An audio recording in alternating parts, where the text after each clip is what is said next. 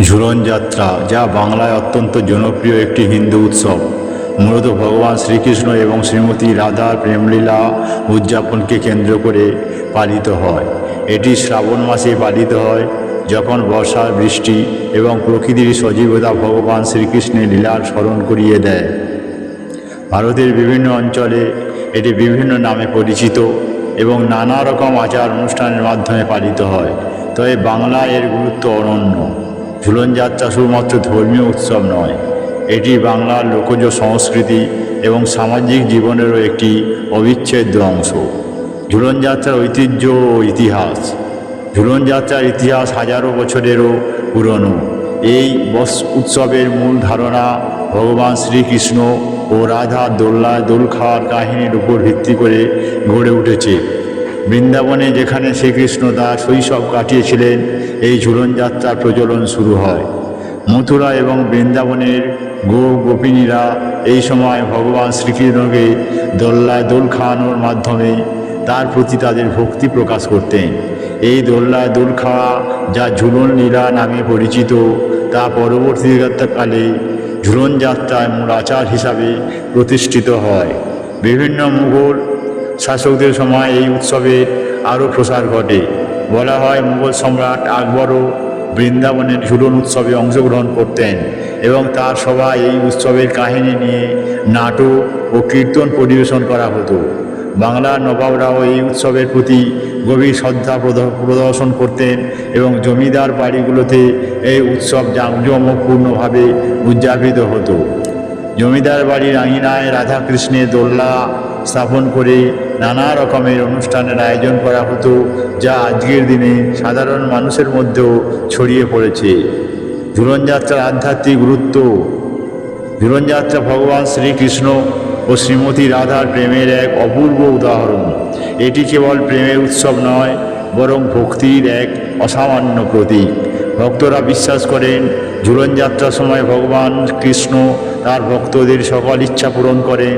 রাধাকৃষ্ণের দোলানোর মাধ্যমে ভক্তরা তাদের প্রতি ভক্তি প্রকাশ করেন এবং তাদের আশীর্বাদ লাভ করেন।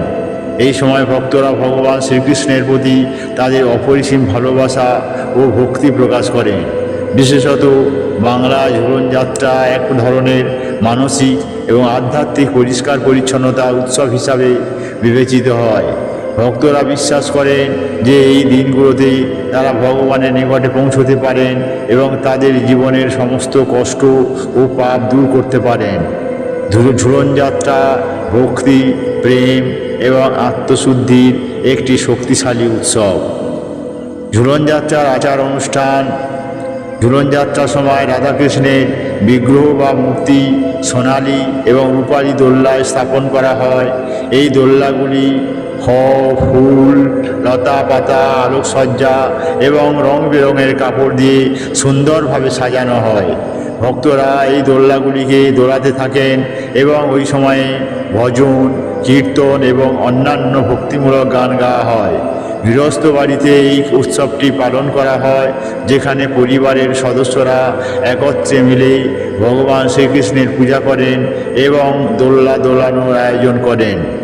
বাংলার বিভিন্ন মন্দিরে এই সময় বিশেষ পূজার আয়োজন করা হয়। ভক্তদের জন্য প্রসাদের আয়োজন করা হয় এবং মন্দির প্রাঙ্গণে মেলা বসে, যেখানে রাধাকৃষ্ণের জীবনের বিভিন্ন দিক নিয়ে আলোচনা, নাটক, কীর্তন এবং অন্যান্য সাংস্কৃতিক অনুষ্ঠান অনুষ্ঠিত হয়। রাধাকৃষ্ণের দোলনা দেখতে হাজার হাজার ভক্ত মন্দিরে ভিড় করেন এবং তাদের আশীর্বাদ লাভের জন্য পা ধোয়া ধুলি নিতে আসেন। ঝুলন যাত্রা ও বাংলার সংস্কৃতি। ঝুলন যাত্রা বাংলার সংস্কৃতির সাথে গভীরভাবে জড়িত। এই উৎসবের সময় বাংলার গ্রামাঞ্চলে নানা ধরনের লোকসংস্কৃতি এবং লোকগান পরিবেশিত হয়। বিশেষত ভক্তিমূলক গান, যাকে কীর্তন বলা হয়, এই সময় অত্যন্ত জনপ্রিয় হয়ে ওঠে। বাংলার লোককবিরা এই সময় নানা ধরনের ভজন রচনা করেন এবং তা ভক্তদের মধ্যে প্রচারিত হয়। ঝুলন যাত্রার সময় বাংলার গ্রাম্য জীবনে এক ধরনের নবজাগরণের সূচনা হয়। গ্রামের মানুষ মিলে মন্দিরে ভক্তিমূলক কাজ করেন এবং এই সময়ে তারা একে অপরের সাথে আনন্দ ভাগাভাগি করে নেন। এটি সামাজিক সম্পর্ক গড়ে তোলার একটি গুরুত্বপূর্ণ সময় এবং এই সময়ে সমাজের বিভিন্ন স্তরের মানুষ একত্রিত হন এবং তাদের মধ্যে পারস্পরিক ভক্তি ও প্রেমের সম্পর্ক আরও মজবুত হয়। 2024 সালে ঝুলন যাত্রা শুরু হবে 30 শ্রাবণ বা 15 আগস্ট বৃহস্পতিবার। বিশুদ্ধ সিদ্ধান্ত পঞ্জিকা মতে 15 আগস্ট একাদশী তিথি শুরু হচ্ছে সকাল 10:28 একাদশী থাকবে 31 শ্রাবণ বা 16 আগস্টের সকাল 9:40 পর্যন্ত। গুপ্ত প্রেস পঞ্জিকা মতে একাদশী শুরু হচ্ছে 15 আগস্ট সকাল 6:11:59 এই তিথি শেষ হচ্ছে 31 শ্রাবণ বা 16 আগস্ট সকাল 6:03:31 পর্যন্ত। বিশুদ্ধ সিদ্ধান্ত পঞ্জিকা অনুসারে পূর্ণিমা শুরু হবে 2 ভাদ্র বা 18 আগস্ট রবিবার 3:06 বা সোমবার ভোর রাতে এবং 19 আগস্ট বা সোমবার রাত 11:56 পর্যন্ত থাকবে পূর্ণিমা। উদয় তিথি অনুসারে সেদিনই পালিত হবে রাখি পূর্ণিমা এবং ঝুলন পূর্ণিমা। সেদিনই শ্রীকৃষ্ণের ঝুলন যাত্রা সমাপ্তি ঘটবে। 2024 সালে ঝুলন যাত্রা বিশেষ মতে চলছে কারণ এই বছর বাংলায় বিভিন্ন মন্দির ও ধর্মীয় প্রতিষ্ঠানে বিশেষ আয়োজন করা হবে। বেশ কয়েকটি ঐতিহাসিক মন্দিরে বিশেষ ঝুলন যাত্রা তৈরি করা হবে যেখানে ভক্তরা রাধাকৃষ্ণের দোল্লা দোলানোর জন্য উপস্থিত হবেন। এই সময় মন্দির প্রাঙ্গণে ভক্তদের জন্য প্রসাদ বিতরণ, বিশেষ পূজা অর্চনা এবং মেলা আয়োজন করা হয়। বিভিন্ন টেলিভিশন চ্যানেল এবং রেডিও স্টেশন ঝুলন যাত্রার বিভিন্ন অনুষ্ঠান সরাসরি সম্প্রচার করবে যাতে যারা মন্দিরে উপস্থিত হতে পারেন না তারা বাড়িতে বসে এই অনুষ্ঠান উপভোগ করতে পারেন। বাংলার গ্রামাঞ্চলেও ঝুলন যাত্রার এই 5 দিন বিশেষ উদযাপিত হবে।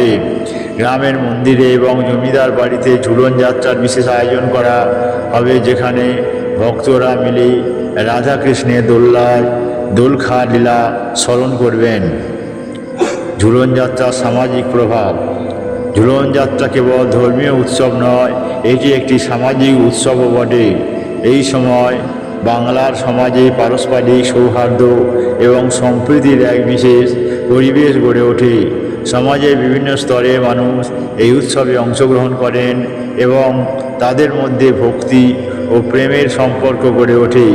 ঝুলন যাত্রা সমাজের বিভিন্ন প্রান্তের মানুষকে একত্রিত করে এবং তাদের মধ্যে পারস্পরিক সহযোগিতা মজবুত করে। এই সময় গ্রামের মানুষ একসাথে মিলে মন্দিরে কাজ করেন, দোল্লা সাজান, প্রসাদ তৈরি করেন এবং তা ভক্তদের মধ্যে বিতরণ করেন। এই কাজগুলোতে অংশগ্রহণের মাধ্যমে তারা সমাজের প্রতি তাদের দায়িত্ব এবং কর্তব্য পালন করেন এবং এটি সামাজিক সম্পর্কের উন্নয়নে বিশেষ ভূমিকা পালন করে। ঝুলন যাত্রার মাধ্যমে সমাজে ভক্তি, প্রেম এবং সম্প্রীতির বাণী ছড়িয়ে পড়ে এবং এইটি সামাজিক শান্তি ও স্থিতিশীলতার বজায় রাখতে সাহায্য করে। ঝুলন যাত্রার ভবিষ্যৎ। ঝুলন যাত্রা বাংলার এক অমূল্য ঐতিহ্য এবং এটি ভবিষ্যতেও বাংলার সংস্কৃতির গুরুত্বপূর্ণ অংশ হয়ে থাকবে। প্রযুক্তির অগ্রগতির সাথে সাথে এই উৎসবের উদযাপন ও পরিবর্তন আসছে। অনেকেই এখন সামাজিক মাধ্যমে ঝুলন যাত্রার আয়োজন এবং অনুষ্ঠানের ভিডিও শেয়ার করেন যা এই উৎসবের প্রচার এবং প্রসারে বিশেষ ভূমিকা পালন করছে।